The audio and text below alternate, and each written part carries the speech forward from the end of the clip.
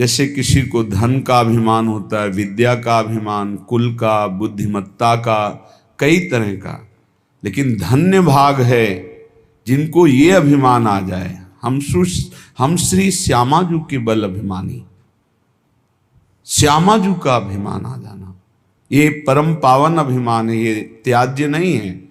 जैसे गोस्वामी जी कह रहे हैं, ये अभिमान भूल कर भी हमारे हृदय से कभी ना जाए, ये भरा रहे कि सियाराम स्वामी हो मैं उनका सेवक, अस अभिमान जाय जनि भूरे, मैं सेवक रघुपति पति मोरे, मैं सेवक रघुपति पति मोरे।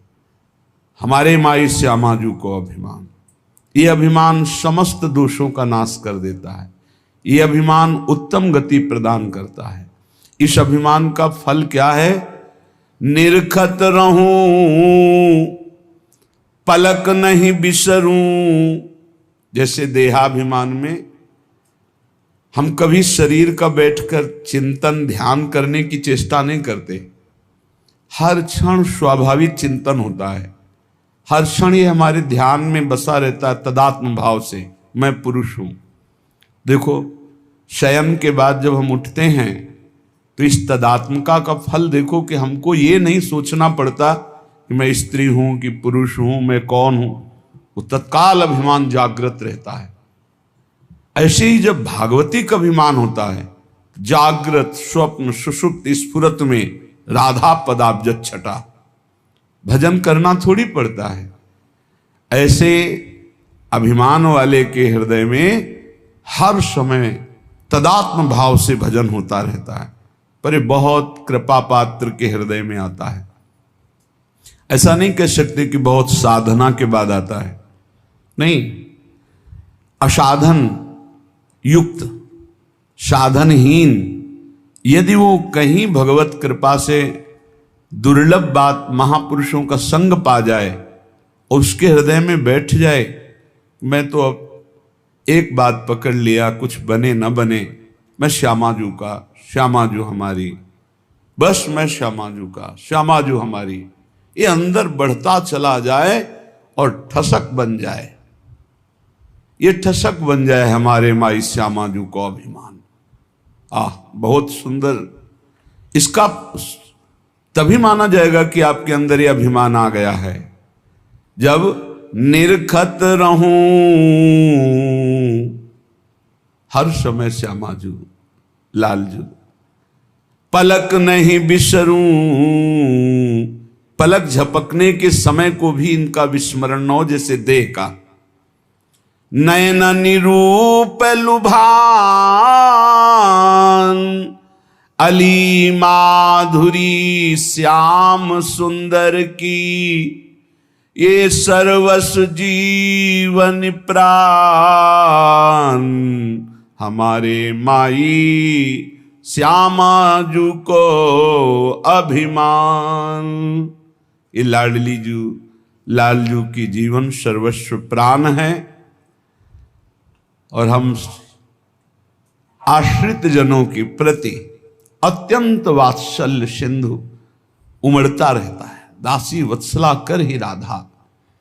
इसलिए इस कलिकाल में और कोई विशिष्ट साधन बन जाए बड़ा भाग्यशाली, पर हम प्रणाम करते हैं उसको।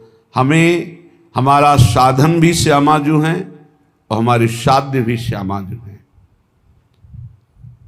अगर साधन और साध्य श्यामाजू हैं तो असाधनों की सामर्थ्य नहीं कि प्रवेश कर सकें, और जहां असाधनों का प्रवेश नहीं है तो जीते जी वो जीवन मुक्त परम पद आनंद में है, उसे कोई परम पद और नहीं चाहिए। जो हर समय प्रिया प्रीतम को निरखता रहता है, हर समय उनके सुमिरन में रहता है, उनकी ठसक में रहता है, इससे बड़ा परम पद और क्या हो सकता है। इसलिए बहुत बढ़िया अवसर मिला है श्री श्यामा श्याम के हेतु की कृपा से, जो मानव देह की सार्थकता का स्वरूप है वो हमें मिल चुका है। श्रीधाम वृंदावन का आश्रय, रसिकों का संग, परोपकार की भावना, निरंतर नाम जप, ये सबसे ऊंची स्थिति में पहुंचा देगा। परोपकार की भावना और निरंतर नाम जप का अभ्यास श्री धाम वृंदावन का आश्रयवास जो सौभाग्य मिले, इसी से बहुत अध्यात्म की ऊंचाई पर आप चढ़ जाएंगे। अन्य स्पर्श मत करो, अन्य साधन स्पर्श मत करो, इसी से आप आगे बढ़ जाओगे। सब साधनों का फलीभूत साधन है। जैसे नौ भक्ति में जो नवी भक्ति आत्मसमर्पण है, वही यहां कही गई है। यहां से प्रारंभ, हमारे माई श्यामाजू को अभिमान, हमारे माई श्यामाजू को राज। यहां पूर्ण आत्मसमर्पण है, पूर्ण प्रपत्ति है, पूर्ण शरणागति है। जहां आत्मसमर्पण हुआ तो पाई रस भक्ति गूढ़ जुग जुग जग दुर्लभ भव इंद्रादि विधिम। ये बड़े बड़े ईश्वर कोटि के लोगों को भी जो प्रेम लक्षणा भक्ति दुर्लभ है वृंदावन नित्य विहार रस की, वो राधा किशोरी के चरणों में आत्मसमर्पण करने से पाई रस भक्ति गूढ़ जुग जुग जग दुर्लभ भव इंद्रादि विधिम। आगम अरु निगम पुराण अगोचर सहज माधुरी रूप निधिम। ये आगमों में, निगमों में, पुराणों में जो अगोचर रूप माधुरी है, वो बहुत सावधानी पूर्वक अपने अहम को केवल श्री जी के चरणों में समर्पित करना है। श्रीपाद प्रबोधानंद जी महाराज कह रहे हैं, वृंदावनस्य महिमा न ही मादृश गोचरः बबंद स्वगुणैर दिव्यैर यत् श्रीमत्पुरुषोत्तमम्। मैं कैसे महामहिम वृंदावन की महिमा का वर्णन करूं, पार नहीं पा रहा हूं। अगोचर महिमा है।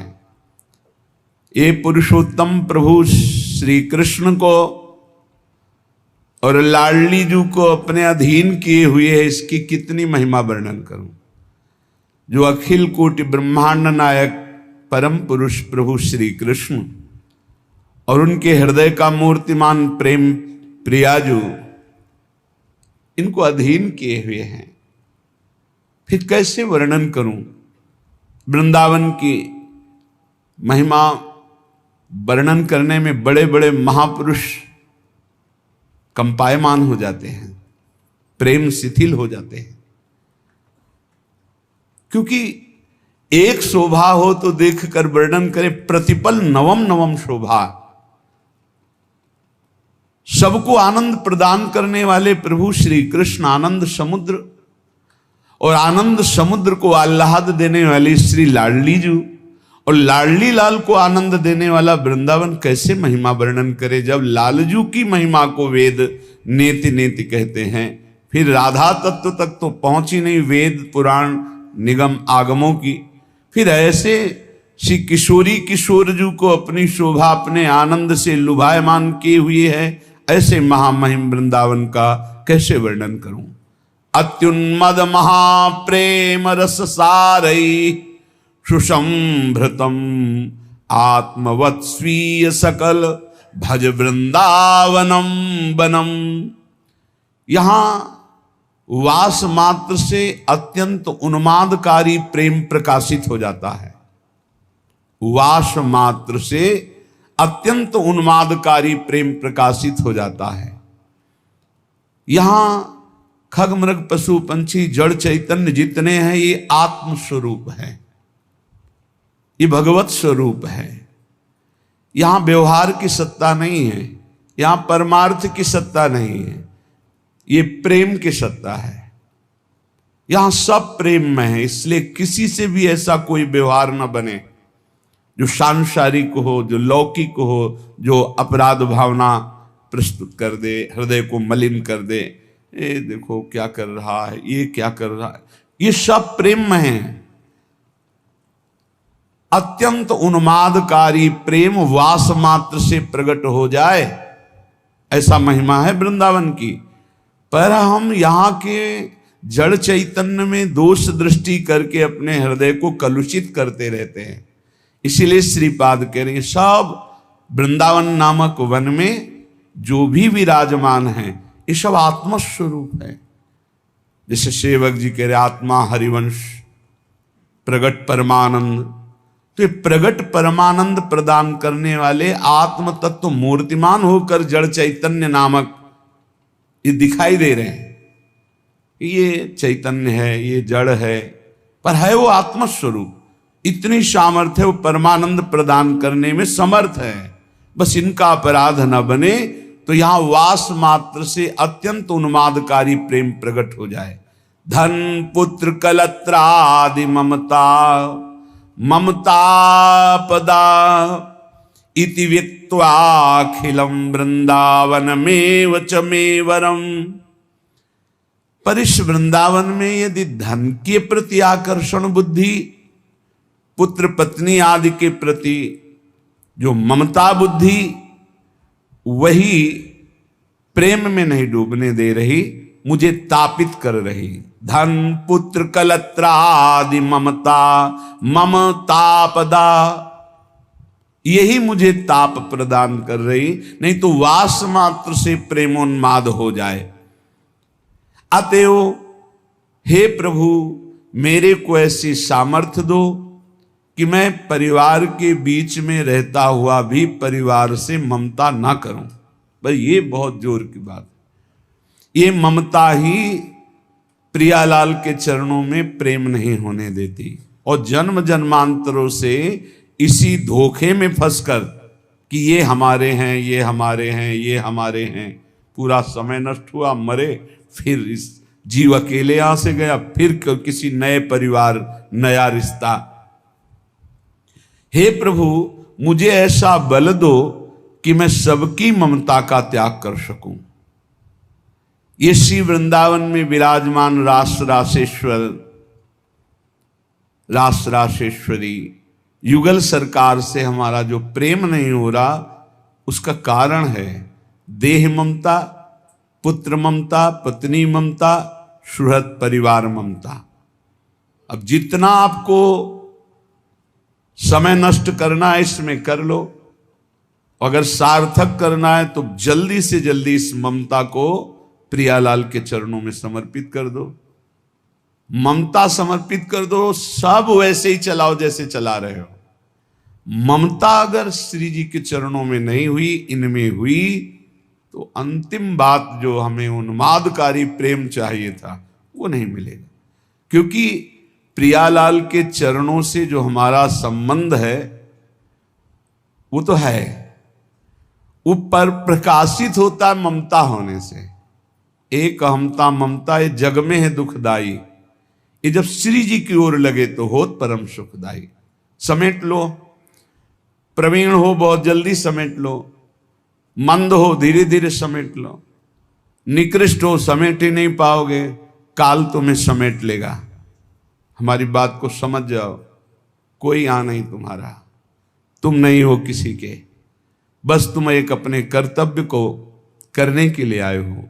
तुम्हारा एक कर्तव्य है जो किसी जन्म में नहीं हुआ, भगवत प्राप्ति, भगवत प्रेम प्राप्ति। और सब कर्तव्य लाखों बार निर्वाह कर चुके हो, उन कर्तव्यों की ताकत नहीं कि आवागमन से रोक सके। आवागमन के चक्र को रोकने की ताकत एकमात्र भजन में है। जितना प्रिया प्रीतम का नाम जप करेंगे, लीला गुण गायन करेंगे, उनसे अपनापन होगा, सबकी ममता हटेगी, तभी भगवत तत्व का बोध या प्रेम प्राप्ति होती है। महासहानि दुखानि सुखान्युन्मादकानि वा वृंदावन दृढ़ प्रीतिम नालम चालयितुम हिमाम। धाम में जब श्री जी ने कृपा करके हमको बुला लिया तो महासहानि दुखानि, अब वो हमको सहाएंगी दुख, तैयार हो जाओ। फिर सुखान्युन्मादकानि वा, ऐसा सुख मिलेगा जो उन्माद पैदा कर देगा, तैयार हो, पहले दुख भोगना है। फिर अपार सुख है। क्यों कहा कि दुख भोगना है? क्योंकि दुखालय संसार में आए हैं। जब भगवान अवतरित होते हैं तो लीला में भी दिखाई देता है बड़ा वियोग, बड़ा संयोग, बड़ा दुखद, बड़ा सुखद समय। एक समान तो बाहरी परिस्थिति में नहीं दिखाई दिया, अंतर में तो एक ही हैं, एक समान है, सम है, पर व्यवहार में कभी संयोग, कभी वियोग, कभी दुखद परिस्थिति, कभी आनंदमयी परिस्थिति। जब ईश्वर के अवतार लेने पर ऐसा है तो फिर मनुष्य, जब आप मनुष्य रूप में आए हैं, साधना में लगे हैं, तो दुख आएगा। दुख और महादुख, महादुख असाध्य, किसी भी तरह से टलने वाला नहीं है, भोगना ही भोगना है। साधारण दुख अलग होते हैं, महादुख जब तक जीवित रहोगे भोगना ही पड़ेगा। मतलब मृत्यु ही है इसकी औषधि, दूसरा उपाय नहीं। ऐसा भी दुख आएगा, सह जाओ। सुखान्युन्माद का निवा, आगे आने वाला है महान उन्माद प्रकट करने वाला सुख, प्रियालाल का प्रेम। इसलिए वृंदावन दृढ़ प्रीतिम, दृढ़ प्रीति करो वृंदावन से, वृंदावन के अधीश्वर से। विचलित मत होना दुख आने पर, क्योंकि हमारे कर्म ही हैं और कोई नहीं। हमारे ही कर्म हैं जिनको हमें भोगना ही पड़ेगा। तो हिम्मत कर लो, कमर कस लो, चलो इस मार्ग में। जैसे अभी आपको कोई दुख नहीं, कोई परिस्थिति बिगड़ी नहीं, बड़े आनंद से समय कट रहा है, बिल्कुल होश में हो जाओ, आगे आने वाला समय है। एक भगत जी से जब हम बात करते तो उनसे कहते भजन करो, तो हाँ हाँ ऐसा करो, हाँ हाँ। अब जब गिरा समस्या का तो होश उड़ गए, चेहरा उड़, वो शांति, वो प्रसन्नता, वो सब गायब। क्यों? पहले से तैयार नहीं थी ना, उस दुख के लिए तैयार नहीं थे। इसलिए रोज सत्संग में आपको तैयार करते हैं। कोई असाध्य रोग हो सकता है, कोई घटना घट सकती है, कोई परिस्थिति बिगड़ सकती है, जहां से तुम्हें सुख मिल रहा है वो बंद हो सकता है, जो तुम्हें प्यार करते हैं वो हट सकते हैं, जो तुम्हें अपना मानते हैं वो तुम्हें छोड़ सकते हैं। ये सब पहले दिमाग में रख लो, ये बहुत अच्छा रहेगा, बहुत पक्के हो जाओगे। जब घर से निकले तो जन्मभूमि से थोड़ा ही निकले थे कि मन ने डरवा दिया, भोजन कहां करोगे, कौन देगा भोजन का। ये तो अभी तो शुरुआत ही हुई कि इसने हमारा साथ ही देना बंद कर दिया, बिल्कुल घबराहट पैदा कर दी। कहां रहोगे, कौन तुम्हारा पालन पोषण करेगा, कौन तुम्हारी रक्षा करेगा। इतने प्रश्न उठा दिए पर कदम नहीं रुका, खड़े नहीं हुए, भागे। कहीं कोई जग न जाए, कहीं कोई देख न ले, बस भागते गए और उत्तर देते गए मन को, प्रभु जहां जैसे रखेंगे वैसे रहूंगा, प्रभु भूखे रखेंगे तो भूखा रहूंगा, प्रभु अगर पिटवाएंगे तो पिट लूंगा, प्रभु मरवा डालेंगे तो मर जाऊंगा, कदम पीछे नहीं लौटाऊंगा। पता नहीं पूर्व का कुछ होगा ऐसा। वही शब्द पूरे जीवन भर उत्तर देता रहा इस मन को। जब इसने पछाड़ मारने की कोशिश की ता उसको वही उत्तर नहीं, तो कदम आगे बढ़ते चले गए। महासहानि दुखानि सुखान्युन्मादकानि वा। अब कोई दुख नहीं है। क्यों? जैसे अपनी घर आ जाए और पता चले गाड़ी बिगड़ गई तो सुख होगा इस बात का कि गाड़ी को तो बिगड़ना ही था, पर घर आके बिगड़ी ये बहुत हुआ। अच्छा, अगर कहीं रास्ते में बिगड़ जाती तो गड़बड़ हो जाता, फिर पता नहीं अंधेरा हो जाता और हम अपने घर तक नहीं पहुंच पाते। लेकिन कृपा ये हुई कि जब घर दिखाई दिया कि आ गया तो गाड़ी बिगड़ गई, तो कोई परेशानी नहीं हुई, अपनी अटैची उतारी, अपने घर आ गए। ऐसे महासुखानी, पक्का विश्वास करो, यदि आप पहले से तैयार रहोगे दुखों से लड़ने के लिए तो आप कभी प्रश्न नहीं करोगे कि हमारे साथ भगवान ऐसा क्यों कर रहे हैं। और अगर ये प्रश्न आ गया कि हमारे साथ प्रभु ऐसा क्यों कर रहे हैं, तो ना आप शरणागत हो और ना आप भगत हो। ये प्रश्न भक्त के हृदय में नहीं होते, बहुत बार सुन चुके हो। ये प्रश्न नहीं होते कि आपने दुख क्यों दिया, आज तक किसी भक्त के मुख से ऐसा नहीं निकला, आपने ऐसा क्यों किया, ये प्रश्न नहीं निकला। ये प्रश्न निकलता है जिसकी शरणागति पुष्ट नहीं होती, जिसका आत्मसमर्पण नहीं होता। तो हम पहले से महापुरुष जनों के वाक्यों से पुष्ट करते हैं, यदि आपको अभी शरीर स्वस्थ है तो खूब भजन कर लो, आगे दुख आने वाला है। लिख लो अपने लोगों की क्या भजन साधना है, जो रात दिन दिव्य भजन करते रहे। उनके जाते जाते शरीर में पूज्य पाद उड़िया बाबा जो 18 घंटे पद्मासन, 18 घंटे एक आसन में बैठे, उन महापुरुष के गुदाद्वार में ऐसा चटक गया था। वो जो भी नाम हमें तो याद नहीं है, ये इन नामों में नहीं है जो अभी लिए जाते हैं, गुदा रोग से संबंधित जो बड़ा पीड़ा देने वाला रोग होता है, पर वो होता इन्हीं गुदाद्वार के अंतर्गत, बहुत पीड़ा। पर वो ऐसी स्थिति में भी पद्मासन में अपने आसन में बैठते थे, कोई औषधि प्रयोग नहीं। बोले इसका तो केवल ऑपरेशन होता है, बोले कोई जरूरत नहीं। कई महीने तक पीड़ा देता रहा, फिर गायब हो गया। क्यों? क्योंकि उतना ही प्रारब्ध है। वो जहां अपना कष्ट भुगवा दिया खत्म हो जाएगा, बिना औषधि के खत्म हो जाएगा। हिम्मत रखना।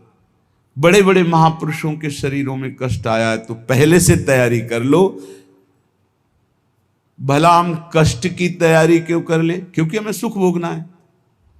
देखो, जन्मभूमि से 5-7 कोस गंगा जी, नंगे पैर से जाया जाता था गंगा स्नान करने।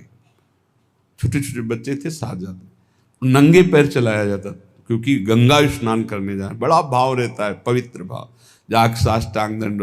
तो ये गर्मी सहते हुए नंगे पैर जा रहे हैं, गंगा स्नान करके फिर नंगे पैर आ रहे हैं।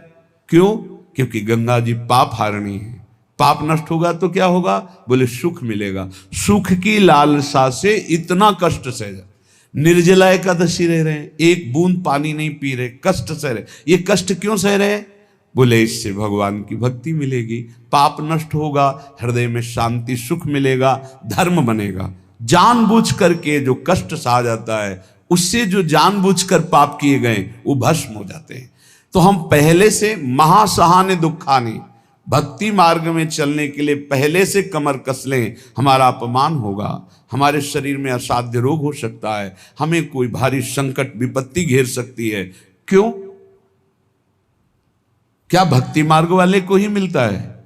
नहीं, भोगना तो सबको पड़ता है, पर भक्ति मार्ग वाले को तैयारी इसलिए करनी कि वो लड़खड़ा के रुक न जाए, उसको इस क्षेत्र को क्रॉस ही करना है। इतना सबको क्रॉस करना पड़ता है।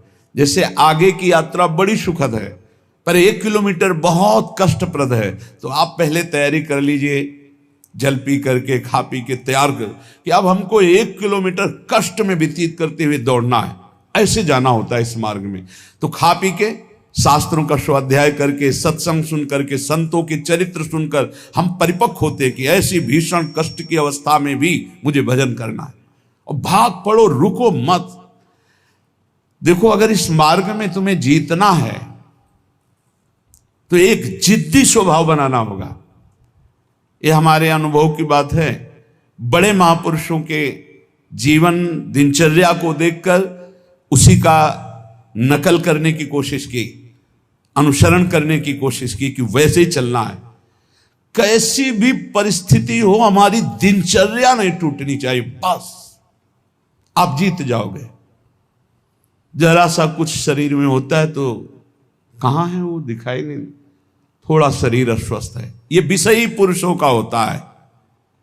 ये शब्द विषयी पुरुषों का होता है, भगवत पार्षद साधकों का नहीं होता है। साधकों का नहीं होता है। किसी भी परिस्थिति में अगर जान है तो दिनचर्या है, पकड़ो, हमें ले चलो। नहीं, ऐसे चलने लायक नहीं, चलो व्हील चेयर में बैठा लो, ले चलो, ये हमारा टाइम है चलने का, चलाओ। बिल्कुल जिद्दी स्वभाव, किसी की ना सुनना, अपनी दिनचर्या को भगवान मान करके चलना, बस जीत जाओगे, जीत जाओगे। कोई भी परिस्थिति परास्त नहीं कर सकती, कोई भी परिस्थिति। केवल आप बल रखो अंदर भगवान का, और अपनी दिनचर्या को प्रमाद स्थिति में मत देखो। नहीं, ये तो बहुत बड़ी हानि हो जाएगी, मेरे मन को ये प्रमाद करने की आदत बन जाएगी। ऐसा नहीं होगा। हमने बड़े महापुरुषों को देखा, दिनचर्या भगवान का स्वरूप। कैसी भी परिस्थिति में यदि दिनचर्या को आपने टालना नहीं सीखा तो जीत जाओगे। हम जहां खड़े होते हैं वहीं खड़े होंगे, जिस टाइम खड़े होते हैं उसी टाइम खड़े होंगे, जिस टाइम बैठना उसी टाइम बैठेंगे, जिस टाइम लेटना उसी टाइम लेटेंगे। हर काम घड़ी से होता है, 1 मिनट का अंतर कभी नहीं। तो ऐसे नहीं, लड़ना सीखो, हारना नहीं। बड़ी भीषण गर्मी है, पहली बार सृष्टि में गर्मी पड़ रही है। ये गर्मी कटती थी काशी के घाटों में, जहां नीचे पत्थरों से लपट उठती थी। पीने के लिए बिस्लरी नहीं, गंगा जल, जो ऊपरी तह में गंगा जल खौलता हुआ ऐसा गर्म दिखाई दे। गंगा जल के 2 स्वरूप होते हैं, जैसे सर्दी में ऊपर एकदम ठंडा, नीचे इतना डुबकी लगाओ तो गर्म। अब गर्मी में है ऊपर गर्म नीचे ठंडा। वो हम लोग वहां रहे तो पूरी प्रक्रियाएं सब पता है। दिन में पंडों की छतुरी और रात में ऐसे बस वही मार्किन जो पहने वही बिछा ले, आग, पसीना पसीना पसीना। ठीक 2 बजे वो दुप दुप वाली घड़ी छोटी, बस सूर्य दिनचर्या जल लिए विश्वनाथ। अपने जीवन को ऐसा बना लो मजबूत, कोई भी रोग दोष दुख विपत्ति संकट प्रभु के चिंतन से ना हटा पावे। वो देखते हैं, प्रभु देखते हैं मेरे लिए कितना समर्पण है, मेरे लिए अब तो कष्ट है ऐसा। आप आराम से शयन करना सीखे अगर, तो आप साधक नहीं हैं। आज तक कभी चलो सोया जाए ऐसा दिमाग में रख के नहीं लेटा गया है। करवट लिए बैठो, मंत्राकार वृत्ति, सीधे लेटे मंत्राकार वृत्ति। अब जब आ गई नींद आ गई, अपने समय से फिर उठ गए। हम सोने के लिए नहीं लेटते, हम लेट कर भी भजन करते हैं, भजन के लिए लेटते हैं।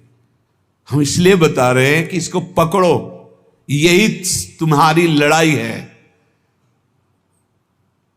जब तुम खाली लेटोगे सोने के लिए तो काम वेदना और नाना प्रकार के विषय चिंतन उस समय हावी होंगे। और जब तुम भजन करते हुए भजन की वृत्ति में लेटोगे तो लेटे लेटे मंत्र सुन रहे हो, भजन कर रहे, कब सो गए आपको पता नहीं चला, निर्विकार स्थिति में। और जब जगोगे तो निर्विकार स्थिति में। और ऐसी स्थिति में जब स्वप्न आएंगे तो निर्विकार भजन वाले महापुरुषों का सानिध्य, भगवत प्रेमी संतों का संग। कैसे तुम्हें बताएं, एक से एक कोई दिन ऐसा नहीं जिस दिन एक से एक महापुरुषों का मिलन ना हो, एक से एक महापुरुषों का मिलन। क्यों?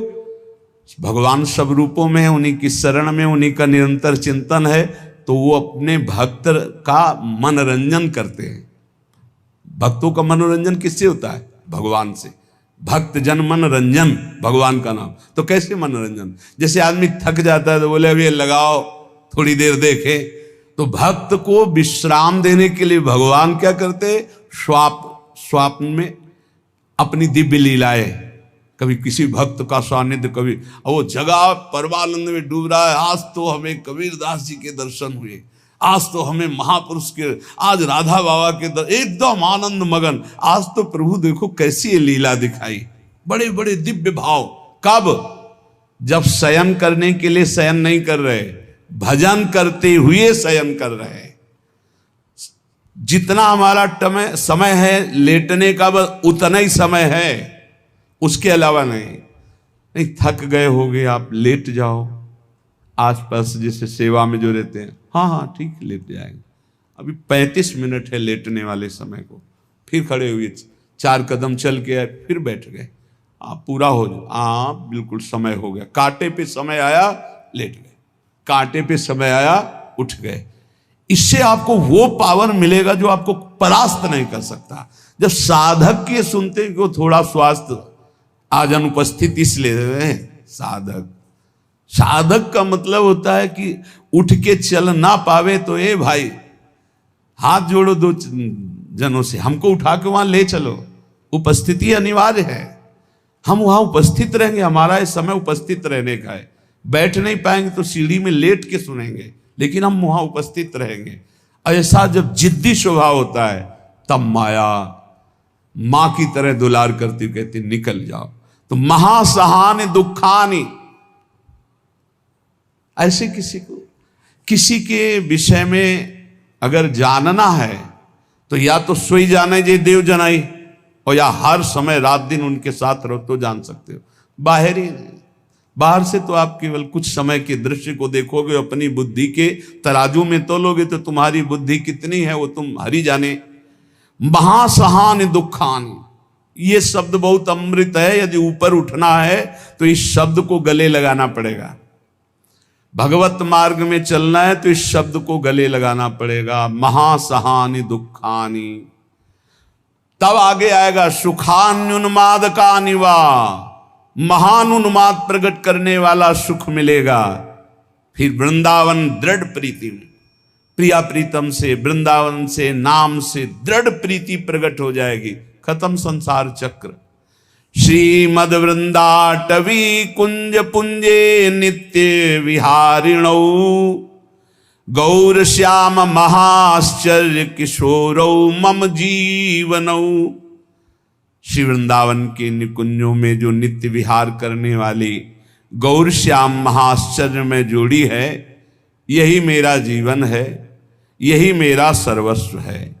मंद प्रज्ञास्त एवात्र मंद भाग्यास्त एव ही, ये वृंदावन माश्रित राधा कृष्ण न भेजिरे। स्वामी अनंग बोधाश्रम स्वामी जी, देखो ऐसी धूप में रेत कैसी होती जानते हो? जैसे चना डाल दो तो भून जाए ऐसी रेत होती गंगा जी की। हम चले हैं, उस पे रहे हैं, पैर रखो तो ऐसा लगता है जैसे तपते हुए तवा में रख दिया। जो जहां शुष्क रेत है ना, एकदम सूखी रेत, वो बिल्कुल भुनी हुई, ऐसे लगते है कि बस अन्न डाल दो तो लावा बन जाए, भुन जाए, ऐसी रेत। वो आप दिगंबर उसी में रहते थे, रात दिन 24 घंटे। जैसे दोपहर में कोई बहुत दया करके भिक्षा देने जाता, अरे स्वामी जी, अरे पैर रखते ले बलता, ऐसे कह देते, ऐसे रेत लेते, ऐसे फिर अच्छा खड़ा हो जाया शीतल में। और आपकी त्वचा ऐसी जैसे कहने में अशुद्ध लगता है, जैसे पशुओं की त्वचा होती, ऐसी त्वचा हो गई थी। प्रकृति का वार पूर्ण सहते हुए तब धर्म सम्राट करपात्री जी साष्टांग दंडवत करते से, अगर मूर्तिमान ब्रह्म का साकार रूप देखना है बोले जाओ, अश्विनी आश्रम की रेती में पड़ा हुआ है मूर्तिमान ब्रह्म, जटाओं का भार, पूरा शरीर श्याम वर्ण का, दिगंबर, ब्रह्माकार उन्मादकारी नेत्र, रात दिन एकांत वही गंगा की रेती। महापुरुषों ने भगवत प्राप्ति के लिए, ब्रह्म बोध के लिए इस देह भाव का पूर्ण विस्मरण कर दिया। इसलिए मंद प्रज्ञास्त एवात्र मंद भाग्यास्त एव ही, श्रीपाद कह रहे कि जिनकी बुद्धि मंद है वही मंद भागी होते हैं, अभागी होते हैं। मंद बुद्धि क्या है? हम इसके बिना तो नहीं रह सकते, हम इसके बिना तो नहीं जी सकते, हमको तो ये चाहिए, ये मंद बुद्धि। अरे तू भगवान का अविनाशी अंश है, तेरे को कुछ नहीं चाहिए प्यारे, तू शरीर भाव में स्थित हो गया, इसलिए चाहिए, कुछ नहीं चाहिए। जिस दिन जो ठान लेगा वैसे ही होगा। कई वर्ष अन्न नहीं पाया गया। भ्रमण में क्या मिलता, कभी जब कोई पूछता वैसे तो उबली हुई आलू या इतना गुड़, या कभी कोई हफ्ता 10 दिन में दूध थोड़ा दे देता, कोई फर्क नहीं पड़ता। काफी समय तक भगवती भागीरथी के परम पावन दुग्ध का पान करके जैसा इस शरीर को बनाना चाहो, 10 दिन केवल कष्ट लगता है। जैसे अन्न छोड़ो तो 10 दिन परेशानी, फलाहार छोड़ दो, केवल जल पे आ जाओ तो 10-15 दिन परेशानी, इसके बाद शरीर उसी में सेट हो जाएगा।